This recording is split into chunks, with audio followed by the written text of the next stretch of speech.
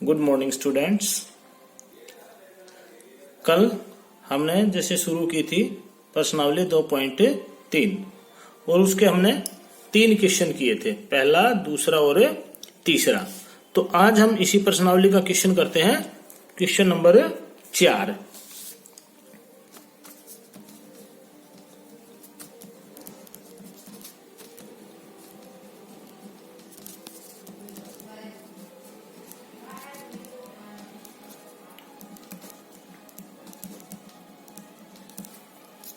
तो इसका question number 4 लेते हैं आज हम। इसका क्वेश्चन नंबर 4 तो देखिएगा क्या दिया क्वेश्चन नंबर 4। ये कहता है जैसे आपको ये दी गई है एक संख्या 3/4 का 2/7। हमने ये बताना इनमें से कौन सा बड़ा है।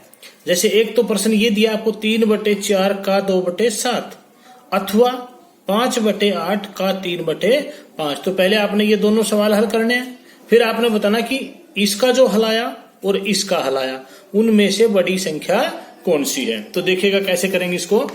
जैसे चौथे का पहला भाग है आपके पास 3/4 का 2/7 अथवा 5/8 का 3/5। अब जैसे कल आपने किए थे, इनके बीच में क्या है का, और का क्या अर्थ है, का अर्थ है गुणा।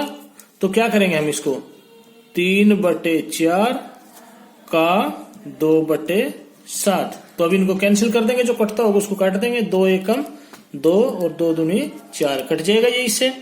तो अब ये क्या हो जाएगा 3 की ओर 1 की गुणा कर देंगे, क्या हो जाएगी 3 की ओर 1 की गुणा 3, 2 की ओर 7 की गुणा क्या हो जाएगी 14। तो ये तो क्या आ गया 3/14।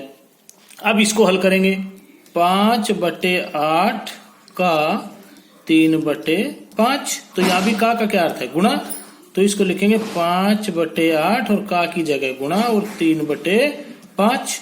इसमें भी क्या हो जाएगा 5 से 5 कट जाएगा, 5 एकम 5, 5 एकम 5। तो ये क्या आ गया 3/8। अब हमारे पास 2 भिन्न आ गई। एक भिन्न है 3/14 और एक है 3/8। अब हमें ये बताना इनमें से बड़ी संख्या कौन सी है। तो यदि हम सीधा बताना चाहें तो देखिएगा दोनों के क्या बराबर हैं अंश। तो जिसका हर छोटा होगा वह संख्या बड़ी होगी। अन्यथा क्या करेंगे हम इनकी आर पार गुणा कर देंगे। हम क्या करेंगे आर पार गुणा। तो 3 की और 8 की गुणा करेंगे और ये 14 की और 3 की गुणा। 3 की और 8 की गुणा क्या आएगी 24 और 14 की ओर 3 की गुणा क्या आएगी 42। अब इनमें से बड़ा कौन सा है 42 बड़ा है। तो इसका अर्थ है संख्या कौन सी बड़ी है 3/8 है। और 3/8 किसका आया था 5/8 का 3/5। इसका मान आया था 3/8। तो हम पहले लिखेंगे 3/8 बड़ी है किससे 3/14 से। ठीक है, तो इसलिए क्या लिखेंगे अब हम लिखेंगे 5/8 का 3/5 बड़ा है, यानी कि ये बड़ा है और ये छोटा है। तो क्या लिखेंगे यहां बाद में लिखना पड़ेगा 5/8 का 3/5 क्या है बड़ा है। किससे बड़ा है ये 3/4 का 2/7 से। ठीक है, तो इस तरह से करेंगे इसको। ये हो गया इसका पहला भाग। इसी तरह से इसका दूसरा भाग है ये 6/7 का 1/2। दूसरे सवाल में क्या दिया इसने, जैसे इसका दूसरा भाग है इसी सवाल का चौथे का, कि अब इसमें बताना हमने 6/7 का 1/2 अथवा 3/7 का 2/3। अब इसमें बताना हमने कौन सा बड़ा है। उसी की तरह करेंगे इसको भी। तो क्या करेंगे 6/7 गुणा 1/2 कट जाएगा, 2 एकम 2, 2 तिये 6। तो इसका मान आ गया 3/7। इसी तरह से इसको हल कर देंगे 3/7 का 2/3। ये 2 से 2 कट जाएगा, ये क्या आ जाएगा 2/7। अब 2 संख्याएं आ गई हमारे पास 3/7 और 2/7। 7। दोनों के हर बराबर है। उसमें क्या बराबर थे? दोनों के अंश बराबर थे। इसमें दोनों के हर बराबर हैं। तो जो बड़ी संख्या होगी ऊपर, जिसका अंश बड़ा होगा वो संख्या बड़ी होगी। तो इसमें कौन सा बड़ा है? 3/7। तो हम लिखेंगे कि 3/7 बड़ा है किससे? 2/7 से। और 3/7 किसका हल है? 6/7 का 1/2। तो क्या लिखेंगे इसको हम? इसको लिखेंगे 6/7 का 1/2 बड़ा है। ऐसे लिख देंगे इसको, ये इससे बड़ा है। ठीक है। अब जैसे इसका 5वां सवाल देखते हैं हम। अगला ये कहता है सैली अपने बगीचे में 4 छोटे पौधे एक पंक्ति में लगाती है। पंक्ति क्या होती है? एक लाइन में। कितने पौधे लगाती है? 4 पौधे। ये कहता है 2 क्रमागत छोटे पौधे। क्रमागत क्या होते हैं? लगातार। पौधों के बीच की दूरी कितनी है? 3/4। ये कहता है पौधे कितने लगाए उसने? 4। और जैसे 2 पौधे उनके बीच में कितनी दूरी है? 3/4। फिर ये कहता है प्रथम यानी कि पहले और अंतिम पौधे के बीच की दूरी ज्ञात करो। यानी कि पहले और चौथे पौधे के बीच में कुल दूरी कितनी हो जाएगी? तो क्या करेंगे इसको? देखो 5वां सवाल, एक उदाहरण ले लेते हैं हम। जैसे ये लगाया उसने पहला पौधा, ये लगाया उसने दूसरा पौधा, और ये लगाया उसने तीसरा पौधा, और ये लगाया उसने चौथा पौधा। ये एक पंक्ति हमारे पास यानी कि एक लाइन होगी। और एक लाइन में कितने पौधे लगाए उसने? 4 पौधे लगाए। अब देखो ये कर्मागत है लगातार, ये नहीं है कर्मागत ये और ये। कर्मागत कौन सा? पहला और दूसरा, दूसरा और तीसरा, तीसरा और चौथा। ये कैसे हैं? कर्मागत। ये क्या है? कर्मागत। और ये भी दोनों कर्मागत। कर्मागत होते हैं यानी कि लगातार। कर्मागत क्या होता है? कर्मागत यानी कि लगातार। अब ये कहता है जो कर्मागत 2 पौधे हैं उनके बीच की दूरी कितनी है? इसने दी है 3/4 मीटर।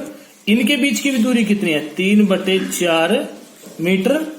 और इनके बीच की दूरी भी कितनी है? 3/4। अब हमें दूरी किसकी बतानी? पहले की और चौथे पौधे के बीच की दूरी। तो पहले और चौथे पौधे के बीच की दूरी कितनी है? 3/4 प्लस 3/4 प्लस 3/4। तो हम पहले क्या लिखेंगे? हम लिखेंगे कुल पौधे कितने लगाए उसने? कुल पौधे कितने लगाए? 4। अब हम क्या लिखेंगे? 2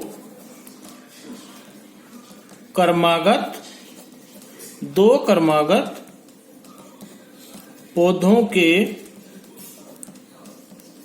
बीच की दूरी कितनी है? 3/4 मीटर। तो पहले इस सवाल को करने के लिए इसी तरह से आप एक चित्र बनाएंगे। ये उससे बिल्कुल आसानी से समझ में आ जाएगा कि पहले और दूसरे के बीच में कितनी दूरी है?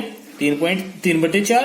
दूसरे के बीच में भी 3/4 और तीसरे और चौथे के बीच में भी 3/4। अब हमें किसकी दूरी बतानी है? हम लिखेंगे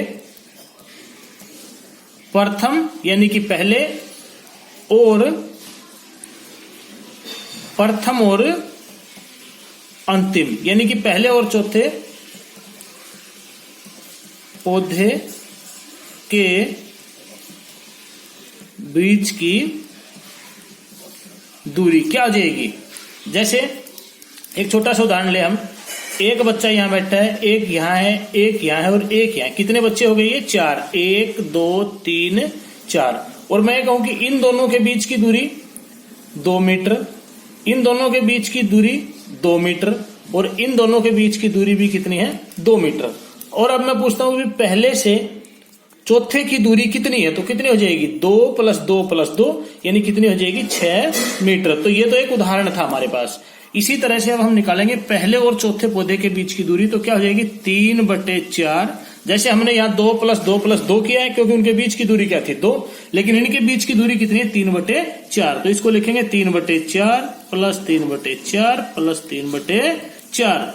अब देखो सबका हर एक जैसा है तो लघुत्तम क्या आ जाएगा? 4 और अंश जुड़ जाएंगे इनके 3 + 3 + 3 यानी कि 9/4 मीटर। तो पहले और अंतिम पौधे के बीच की दूरी कितनी है? 9/4 मीटर। कर देंगे इस तरह से। अब देखो इसका जैसे छठा सवाल है। छठा ये कहता है लिपिका एक पुस्तक को प्रतिदिन कितने घंटे पढ़ती है? 1 सही 3/4 घंटे। किसी पुस्तक को, जैसे आप पढ़ते हो, हम कहेंगे भाई एक बच्चा गणित को 1 सही 3/4 घंटे पढ़ता है रोजाना। वह संपूर्ण पुस्तक को कितने दिनों में पढ़ देती है? 6 दिन में। कितने दिन में पढ़ देती है? 6 दिन में। उस पुस्तक को पढ़ने में उसने कुल कितने घंटे लगाए? एक दिन में कितने घंटे पढ़ती है वो? 1 सही 3/4 घंटे। और कितने दिन पढ़ती है वो? 6 दिन। तो 6 दिन में कम घंटे होंगे, अधिक होंगे? 6 दिन में अधिक घंटे होंगे। तो हम क्या लिखेंगे? जैसे छठा क्वेश्चन है, हम लिखेंगे लिपिका, यानी कि ये किसी का नाम है, लिपिका एक दिन में पढ़ती है। एक दिन में कितने घंटे पढ़ती है? 1 सही 3/4 घंटे। और वो कितने दिन पढ़ती है? ये कहता है वो उस किताब को, यानी कि पुस्तक को कितने दिन में पढ़ देती है? 6 दिन में। तो हम क्या लिखेंगे? 6 दिन में कितने घंटे पढ़ी वो? जैसे एक बच्चा हर रोज 1 घंटा पढ़ता है किसी पुस्तक को, और वो उस पुस्तक को 5 दिन में पढ़ देता है, तो 5 दिन में वो कितने घंटे पढ़ेगा? कुल मिलाकर 5 घंटे। कितने घंटे पढ़ेगा? 5 घंटे। तो उसी तरह से हम क्या लिखेंगे अब? लिपिका 6 दिन में पढ़ेगी। ये पूछता है ना कितने घंटे पढ़ती है, तो 6 दिन में कम घंटे पढ़ेगी, अधिक पढ़ेगी? एक दिन में 1 सही 3/4, 2 दिन में इसका 2 गुना, 3 दिन में 3 गुना, 4 दिन में 4 गुना, तो 6 दिन में 6 गुना। तो 6 गुना 1 सही 3/4। अब इनकी गुणा करेंगे, तो गुणा करेंगे, पहले इसको साधारण भिन्न में बदलेंगे। क्या हो जाएगी? 6/1 गुणा, पहले क्या करेंगे? 4 की और 1 की गुणा करेंगे, 4 आ जाएगा, उसमें 3 जोड़ देंगे, कितना आ जाएगा? 7। तो ये कितना हो जाएगा? 7/4। अब ये कट जाएगा, 2 दूनी 4, 2 तिये 6, तो ये कितना आ जाएगा? 7 तिये 21/2 घंटे। कितना आ जाएगा? 21/2 घंटे। इसको हम मिश्रित भिन्न में बदल सकते हैं। कैसे बदलेंगे? 21 को 2 से भाग कर देंगे, 2 एकम 2, फिर 1 उतारेंगे 0, फिर यहाँ ये 1 बच गया नीचे, ये 1 ऊपर जाएगा और 2 नीचे। इसको हम ऐसे भी लिख सकते हैं 10 सही 1/2 घंटे। कितने? 10 सही 1/2 घंटे। तो वो 6 दिन में कितने घंटे पढ़ेगी? 10 सही 1/2 घंटे।